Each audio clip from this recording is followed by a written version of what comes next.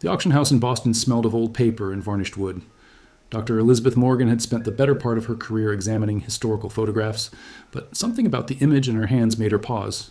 It was a cabinet card from 1895, mounted on thick cardboard that had yellowed with age but remained remarkably intact. The photograph showed 7 people, a man and woman standing behind 5 children arranged by height, the smallest no more than 5 years old. They wore their finest clothes. The father's suit, though simple, was pressed and clean. The mother's dress had delicate buttons running down the front, and her hair was styled with obvious care. The children stood perfectly still. As photography required in that era, their expressions serious but not somber. It was, by all accounts, an ordinary family portrait from the late 19th century. Elizabeth had been called to authenticate a collection of African American historical photographs donated to the Massachusetts Historical Society. Most were faded, damaged, or poorly preserved. This one was different. The clarity was exceptional. Every fold in the fabric, every strand of hair, every detail of their faces had survived more than a century with unusual sharpness. She placed the photograph under the magnifying lamp on her desk. The light revealed textures invisible to the naked eye. The weave of the father's jacket, a small tear in the backdrop behind them, even the grain of the wooden floor they stood upon. Elizabeth began her standard documentation process, measuring dimensions, noting the photographer's stamp on the back, recording the cardstock type. Then she saw them. At first she thought it was a defect in the print, irregular dark lines across the father's hands where they rested on the shoulder of his oldest son. She adjusted the lamp, bringing the image closer, not printing defects. The lines had depth, texture, dimension. She moved to the mother's hands, folded gracefully at her waist. There, too, marks that seemed to tell a story the formal pose tried to conceal. Elizabeth reached for her digital microscope. As the image filled her computer screen at 10 times magnification, her breath caught. These weren't just marks, they were scars. Deep, old scars that had healed decades before this photograph was taken. Scars that spoke of a past this family had dressed up, composed themselves, and stood before a camera to leave behind. Elizabeth spent the next 3 hours examining every inch of the photograph. She documented the scars with clinical precision, taking measurements, noting patterns, comparing them to medical archives of historical injuries. The father's wrists bore circular marks, consistent and symmetrical. They wrapped around both wrists like permanent bracelets of damaged tissue. His palms showed linear scars, some crossing each other, creating a map of old wounds. The mother's hands told a different but equally disturbing story. Her fingers appeared slightly bent, as if they had been broken and healed incorrectly. The skin across her palms was textured differently from the surrounding tissue, smoother in some places, rougher in others. Along the backs of her hands ran thin, raised lines that disappeared into the sleeves of her dress. Elizabeth pulled up her database of 19th century labor practices. She had studied this period extensively, the decades following the Civil War, when 4 million formerly enslaved people began building new lives. The scars she was looking at didn't come from ordinary work accidents. They were too specific, too patterned, too extensive. She zoomed in on the father's face. His expression was dignified, almost defiant. His eyes looked directly at the camera with unwavering steadiness. Whatever he had endured, he had survived it. He had built a family. He had saved enough money to afford this photograph, an expensive luxury in 1895. This wasn't just a portrait, it was a declaration. Elizabeth checked the photographer's mark on the back. J. Harrison and Sons, Richmond, Virginia, 1895. Richmond, the former capital of the Confederacy, a city still rebuilding 30 years after the war ended. She made a note to research photographers in that area to see if there were records of who had their pictures taken and why. But first, she needed to understand these scars. She reached for her phone and called Dr. Marcus Webb, a colleague who specialized in forensic historical analysis. When he answered, she didn't bother with pleasantries. "Marcus, I need you to look at something. How soon can you get to my office?" "What kind of something?" "The kind that changes what we thought we knew about a photograph from 1895. There was a pause on the other end. "I can be there in 20 minutes. Marcus arrived, carrying his laptop and a leather case filled with specialized equipment. He was a tall man in his early 50s, with wire-rimmed glasses that he constantly adjusted when concentrating. Elizabeth had the photograph displayed on her largest monitor when he walked in. "Show me," he said, setting his equipment on the table. Elizabeth guided him through her findings, pointing out each scar, each mark, each irregularity. Marcus leaned in close, his face inches from the screen. He said nothing for several minutes, occasionally zooming in on different sections, comparing angles, making mental notes. Finally, he sat back. "Do you know what you have here?" "I have theories." "These aren't theories anymore, Elizabeth. Look at the wrist marks on the father. See how uniform they are? That's from restraints. Metal restraints worn for extended periods, probably years. The skin healed around them, creating permanent indentations. And here He pointed to the father's palms. These are tool marks. Agricultural tools, most likely. Cotton hooks, harvest blades, implements used in field work. Elizabeth felt her stomach tighten. She had suspected, but hearing it confirmed made it real. Marcus moved to the mother's hands. Her injuries are different, but equally telling. These bent fingers, that's from repetitive strain combined with inadequate healing. When fingers break and you're forced to keep working, they set incorrectly. And these marks across her palms, see how they're concentrated in the center? That's from handling rough materials repeatedly. Cotton bowls, perhaps, or hemp rope. They were enslaved, Elizabeth said quietly. It wasn't a question. Almost certainly. The abolition happened in 1865. This photograph is from 1895, 30 years later. If they were young when freed, teenagers perhaps, these scars would have had time to fade somewhat, but never completely disappear. They're permanent records. Elizabeth looked at the children in the photograph. The oldest appeared to be around 15, the youngest no more than 5. The children were born free. Yes, after emancipation, this family... Marcus gestured at the screen. They survived, built a life, had children who never knew chains, but the parents carried these marks forever. Why would they have this photograph taken? Elizabeth wondered aloud. Why preserve evidence of what they went through? Maybe, Marcus said softly, they weren't trying to preserve the evidence. Maybe they were trying to prove they had moved beyond it. Elizabeth couldn't let it go. That night, she sat at her kitchen table with her laptop, searching through digitized records from Richmond, Virginia. The 1890 census had been destroyed in a fire, which made tracking people from that era incredibly difficult. But there were other sources: city directories, property records, church registries, newspaper archives. She started with the photographer. J. Harrison and Sons had been a prominent photography studio in Richmond from 1880 to 1910. Their business records, miraculously, had been preserved by a local historical society. Elizabeth requested access and received a scanned ledger book 2 days later. The ledger listed clients by date, name, and type of photograph ordered. Most entries were simple: John Smith, single portrait, or Williams family, group sitting. But as Elizabeth scrolled through the entries from 1895, one caught her attention. Family of 7, cabinet card, payment in full, August 1895. No name, just family of 7. She cross-referenced this with other documents from that period. In 1895, having a professional photograph taken was expensive, roughly equivalent to a week's wages for most workers. For a formerly enslaved family to afford this meant serious saving, significant sacrifice. Elizabeth expanded her search to Richmond's African American community records. Several churches had maintained detailed membership logs. She found birth records for children born in the 1880s and 1890s, marriage records from the 1870s, property transactions showing formerly enslaved people purchasing land and homes. One document stood out, a property deed from 1882, recording the sale of a small plot of land to a man and his wife, both listed as colored, with no surnames provided, a common practice immediately following emancipation. The location was on the outskirts of Richmond, in an area that had become an enclave for freed people. Elizabeth studied maps from that era. The neighborhood had been called Union Hill, and it had housed dozens of families rebuilding their lives. She found newspaper articles mentioning the community, some sympathetic, many hostile. Richmond in the 1890s was a city struggling with its past and resisting the future. Then she found something unexpected, a mention in a church newsletter from 1896, 1 year after the photograph was taken. It listed community members who had recently departed for northern opportunities. Among the names, a family of 7. Elizabeth contacted the historical societies in Philadelphia, New York, and Boston, cities where many African American families from Virginia had migrated in the late 1890s, seeking better opportunities and escaping increasingly hostile Jim Crow laws. She sent copies of the photograph, asking if anyone recognized the family or had records that might match. 3 weeks later, she received a response from the Philadelphia Historical Commission. An archivist named James Chen had been working on a project documenting Great Migration families.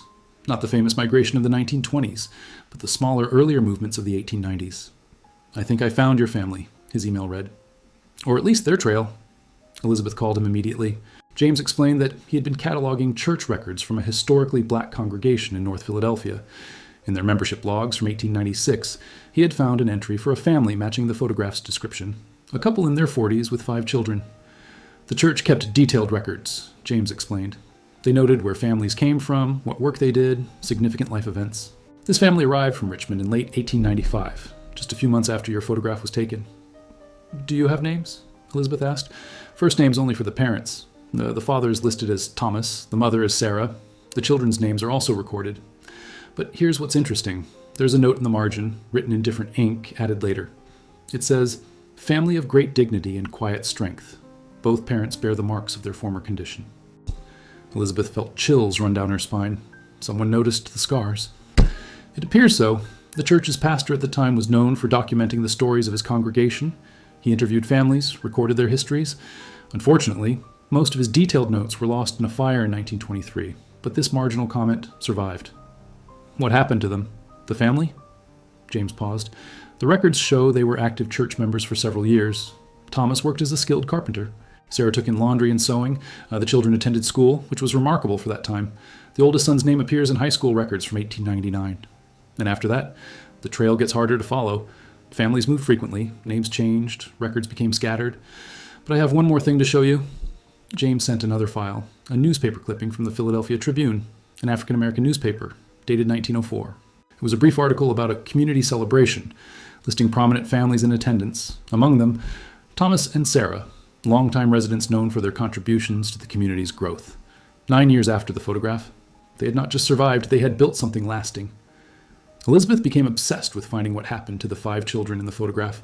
She reached out to genealogists, posted inquiries on historical research forums, and spent hours poring through school records, marriage certificates, and city directories from Philadelphia in the early 1900s.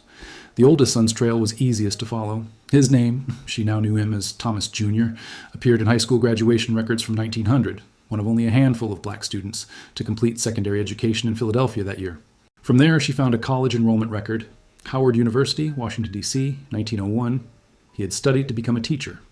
The second child, a daughter named Ruth, married in 1905. Elizabeth found the marriage certificate, which listed her father's occupation as carpenter, and noted that Ruth herself worked as a seamstress. The certificate included an address in South Philadelphia, in a neighborhood that had been predominantly African American. The middle child, a son named Samuel, proved harder to track.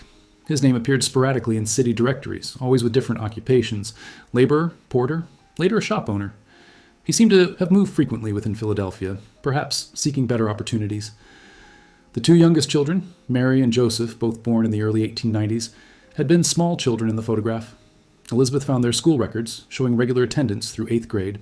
Mary's name appeared in a church choir roster from 1908. Joseph's name showed up in military draft registration cards from 1917 when America entered World War I. But what struck Elizabeth most was what she found in census records from 1910. By then, all 5 children were listed as literate, able to read and write. In 1910, when more than 30% of black Americans in the South were still illiterate due to lack of educational access, these 5 children of formerly enslaved parents had all received education. Thomas and Sarah had done something extraordinary. Despite carrying the permanent marks of enslavement, despite the economic hardships and racial hostility they faced, they had ensured their children had opportunities they themselves had been denied. Elizabeth found one more document that brought tears to her eyes, a property deed from 1908 showing that Thomas had purchased a house in North Philadelphia. Not rented, owned, a 2-story row house on a quiet street. The deed listed his occupation as master carpenter and noted that the property was purchased free and clear. 43 years after emancipation, this man who had once been someone's property now owned property himself. And he had done it with hands that bore the permanent scars of what he had survived. Elizabeth decided the photograph deserved more than historical research. It needed modern forensic analysis. She contacted Dr. Lisa Park, a specialist in historical photograph authentication and digital enhancement at MIT. Lisa had developed software that could extract details from old photographs that were invisible even under magnification. Lisa agreed to examine the image, intrigued by its clarity and historical significance. When Elizabeth arrived at her lab, Lisa had already loaded the photograph into her analysis system. The image appeared on a massive monitor, every pixel visible. "This is remarkable preservation," Lisa said, adjusting her equipment. "The photographer who took this knew their craft. The exposure is perfect, the focus sharp, the chemical development precise. This wasn't some traveling photographer with basic equipment. This was a professional studio." She began running the image through various filters and enhancement algorithms.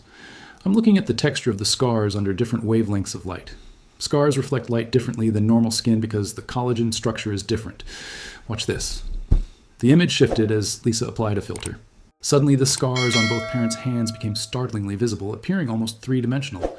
Elizabeth could see details she had missed before: the exact width of the marks on Thomas's wrists, the precise pattern of the linear scars on Sarah's palms. "These wrist marks," Lisa said, pointing at the screen, "are consistent with metal restraints worn for years, not months. See how the scarring goes deep? That's from prolonged pressure combined with movement, walking, working, struggling against them. The body tried to heal around the metal, creating these permanent indentations. She moved to Sarah's hands. The damage here is different. These aren't from restraints. Look at the pattern. The scarring is concentrated in areas of repeated trauma. The bent fingers suggest breaks that healed while she continued working. No medical treatment, no time to rest. The body healed as best it could under impossible conditions. Lisa ran another analysis, this time focusing on the couple's faces. Look at their expressions. The micro-expressions. The muscle tension around their eyes and mouths. They're not just posing, they're projecting something. Determination, maybe. Pride, certainly. This wasn't a casual portrait. This meant something to them. Can you date the scars? Elizabeth asked. Not precisely, but I can estimate how old they are based on the healing patterns. These scars are at least 25 to 30 years old in this photograph. If the photo is from 1895, that puts the injuries in the 1860s or earlier, right in line with your theory. Lisa printed out enhanced versions of the photograph, each highlighting different aspects. In one version, the scars were clearly visible. In another, they had been digitally minimized, showing what the family might have looked like without those marks. The contrast was striking and heartbreaking.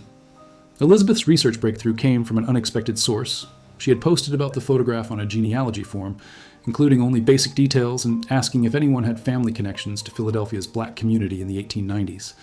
3 months later, she received a message from a woman named Patricia Johnson. I think that might be my great-great-grandparents, the message read. My grandmother used to tell stories about her grandfather Thomas, who was a carpenter in Philadelphia. She said he never talked about his life before coming north, but she remembered seeing marks on his hands when she was a little girl. Elizabeth's heart raced as she read the message. She arranged to meet Patricia at a coffee shop in Philadelphia. Patricia arrived carrying a worn cardboard box filled with family documents and photographs. My grandmother passed away in 1989, Patricia explained, opening the box carefully. She was Ruth's daughter. Ruth was one of the children in the photograph, if this is really them. Grandmother Ruth lived to be 93. She used to tell us stories about her parents, about how hard they worked, how much they sacrificed. Patricia pulled out a photograph from the 1920s showing an elderly couple sitting on a porch. This is them, Thomas and Sarah, probably in their 70s here. See his hands? Elizabeth looked closely. Even decades later, even in the faded photograph, she could see the marks on Thomas's wrists. Grandmother said her father never talked about being enslaved, Patricia continued. It was like a wall he had built around that part of his life. But sometimes, she said, he would look at his hands with this expression she couldn't read. Not shame, exactly. More like remembrance. Patricia pulled out more documents. Death certificates, obituaries, letters. Sarah had died in 1928, at age 73. Thomas followed 2 years later at 78. Their obituaries in the Philadelphia Tribune described them as pillars of the community and beloved parents and grandparents. Did your grandmother ever say why they had that photograph taken in 1895? Elizabeth asked. Patricia nodded slowly. She said her father told her once that when they finally had enough money saved, he wanted proof that they had made it. Not proof for the world, proof for themselves. That photograph was their declaration of independence. 30 years late, but finally theirs to claim. Elizabeth felt tears forming. Would you be willing to share your family's story publicly? To let people know who these people were, what they survived, what they built? Patricia looked at the 1895 photograph on Elizabeth's tablet, studying the faces of her ancestors. They spent their lives trying to move beyond those scars, she said quietly. But maybe it's time people knew the truth. Not to focus on what was done to them, but to understand what they overcame. 6 months later, the Massachusetts Historical Society opened a special exhibition titled Visible Histories, Stories Written on the Body. The 1895 photograph of Thomas and Sarah's family was the centerpiece, displayed on a large wall with detailed explanations and context. Elizabeth had worked with Patricia and other descendants to create a comprehensive display. It included the original photograph, enhanced forensic images showing the scars in detail, historical documents about enslavement and its aftermath, and most importantly, the story of what the family had built after 1895. The exhibition opened on a Saturday morning. Elizabeth stood near the entrance, watching visitors file in. Some stopped briefly at each display. Others stood transfixed before the central photograph, reading every word of explanation, studying every detail of the image. One visitor, an elderly black man, stood before the photograph for nearly 20 minutes. Elizabeth noticed tears running down his face. She approached him gently. My grandfather had marks like those, he said without turning away from the image. On his wrists, on his back. He was born in 1858, enslaved until he was 7 years old. He lived to be 92, but he carried those marks his entire life. He never talked about them, but we all knew. We all saw. Throughout the day, similar stories emerged. Descendants of formerly enslaved people recognized the scars, understood their meaning, shared their own family histories. The photograph had become more than a historical artifact. It was a mirror reflecting countless untold stories. Patricia attended the opening with several family members, including her own grandchildren. They stood together before the photograph of their ancestors, and Patricia explained who each person was, what they had accomplished, how their sacrifice and strength had rippled forward through generations. "That's your great-great-great-grandfather Thomas," she told her youngest grandson, a boy of about 8. "He built houses with those hands, beautiful houses that are still standing today. He made sure all his children could read and write. He saved enough money to buy his own home. And he did all of that, even though he carried those scars forever." The boy studied the photograph seriously. "He looks strong," he said finally. "He was," Patricia replied. "They both were." Local newspapers covered the exhibition. A reporter from the Boston Globe interviewed Elizabeth about the forensic analysis and historical research. National media picked up the story.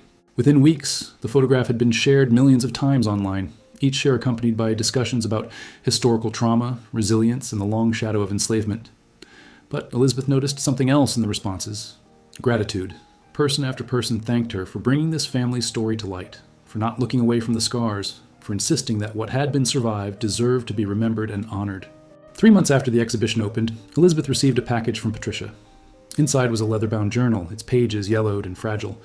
A note explained, "We found this among my grandmother Ruth's belongings. It's her diary from the 1960s. There's an entry I think you should read."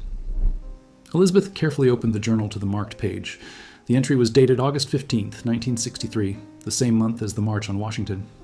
Ruth would have been in her late 70s by then. The entry read, "Today they are marching in Washington for freedom and rights we should have had a century ago. I'm too old to march, but I remember my father's hands. He never spoke of his years in bondage, but those marks told the story he couldn't say aloud. When I was a little girl, I asked him once why he didn't have them removed. I had heard that doctors could sometimes help with scars. He looked at me with such tenderness and said, 'These marks are proof that I survived. They're proof that nothing could break me, and every time I look at them, I remember that I am free.' I didn't understand then. I thought scars were something to hide, something shameful. But I understand now. My father didn't display those scars, but he didn't hide them either. They were part of his truth, part of his story. He built a good life despite them, or perhaps because of them, because they reminded him every day what he had overcome and why he fought so hard to give us better. I look at my own hands now, unmarked and free, and I think of his. I raised 4 children with these hands. I held grandchildren with them. I never knew chains or lashes or the sting of forced labor. Because my father survived with his scars, I lived without them. That is his legacy?" Elizabeth closed the journal carefully, her throat tight with emotion. This was what the photograph had been trying to say all along, not just a record of suffering, but a testament to survival. Not just evidence of historical trauma, but proof of impossible strength. She thought about Thomas and Sarah standing before the camera in 1895, wearing their finest clothes, their children arranged around them. They had known the photographer would capture everything, including the marks they carried. They had chosen to take that photograph anyway, to create a record that said, "We were enslaved. We survived. We built this family. We are here." The truth written on their hands wasn't just about what had been done to them. It was about what they had done despite it, how they had loved, worked, saved, struggled, and persevered, until they could stand before a camera and claim their place in history. Elizabeth returned to her office and looked once more at the photograph displayed on her wall. Thomas's hand resting on his son's shoulder, those scarred fingers a bridge between a brutal past and a possible future. Sarah's dignified expression, her marked hands folded calmly, carrying her truth with quiet strength. They had left this photograph behind, not as evidence of their suffering, but as proof of their triumph. And 130 years later, their message had finally been received, understood, and honored. The scars told a truth no one should have had to carry. But the photograph told a greater truth, that carrying it, they had refused to be broken. They had survived, they had built, they had loved, and they had won.